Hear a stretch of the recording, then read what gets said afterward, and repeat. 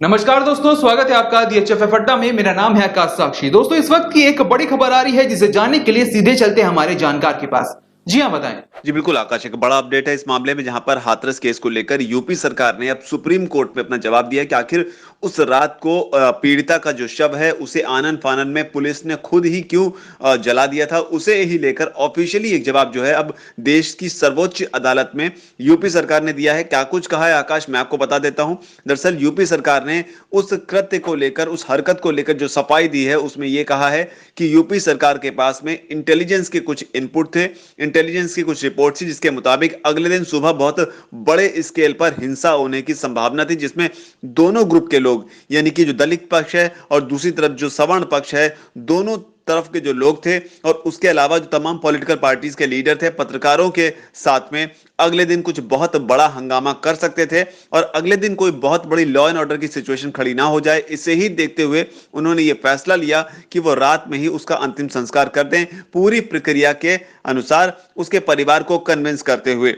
तो ये सफाई जो है यूपी सरकार ने सुप्रीम कोर्ट में दी है इस बात को लेकर कि आखिर उस रात को ही, रात में 2:30 बजे ही पीड़िता का शव जो है उसे क्यों जला दिया गया। इतना ही नहीं आकाश, अपनी सफाई में उन्होंने ये भी कहा कि जिस तरीके से बाबरी मस्जिद को लेकर एक दिन पहले ही डिसीजन आया था, उसे देखते हुए वैसे ही राज्य में हाई अलर्ट घोषित था। ऐसे में इस बात की संभावना बहुत हद तक बढ़ गई थी कि मुमकिन है कि कास्ट और कम्युनल पॉलिटिक्स जो है इस पूरे प्रकरण को या इस पूरी घटना को दिया जा सकता था, जिससे एक बड़े स्तर पर समस्याएं खड़ी हो सकती थी। साथ ही उन्होंने ये भी कहा कि जिस तरीके से पीड़िता का पहले ही पोस्टमार्टम भी हो गया था और बाकी सारी चीजें हो गई थी, उसे देखते हुए प्रशासन की मंशा पर सवाल जो है नहीं उठाए जाने चाहिए। साथ ही ये भी कहा गया कि प्रशासन ने सिर्फ क्रिमेशन को जो है उसको स्पीड अप किया ताकि किसी बड़ी दुर्घटना को होने से रोका जा सके।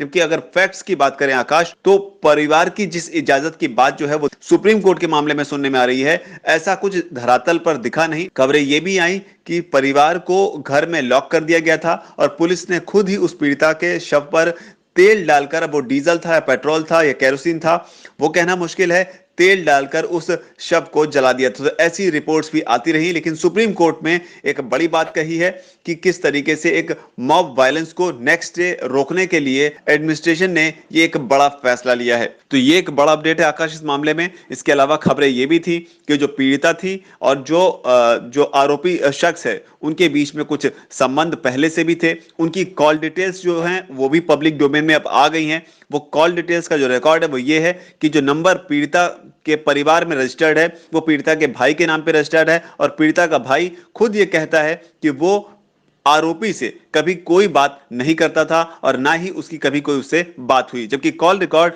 बताती है कि किस तरीके से पीड़िता के घर पर जो फोन रजिस्टर था उस फोन से घंटों की घंटों बातें जो हैं आरोपी के साथ की गई हैं और ऐसा माना जा रहा है कि पीड़िता पहले से ही आरोपी को जानती थी। तो ये एक बड़ी अपडेट है फिलहाल कि सुप्रीम कोर्ट में यूपी सरकार ने अब इस पूरे मामले पर अपनी क्या सफाई दी है। जी शुक्रिया। तो बहरहाल इस पूरी रिपोर्ट पर आपकी क्या राय है, कमेंट सेक्शन में लिखकर बताएं। इस वीडियो को लाइक करें, शेयर करें। हमारे चैनल DHFF अड्डा को अगर यूट्यूब पर देख रहे हैं तो हमारे चैनल को सब्सक्राइब कर ले। अगर फेसबुक पर देख रहे हैं तो हमारे पेज को लाइक करना ना भूलें। इस वीडियो को यहां तक देखने के लिए आपका धन्यवाद। नमस्कार।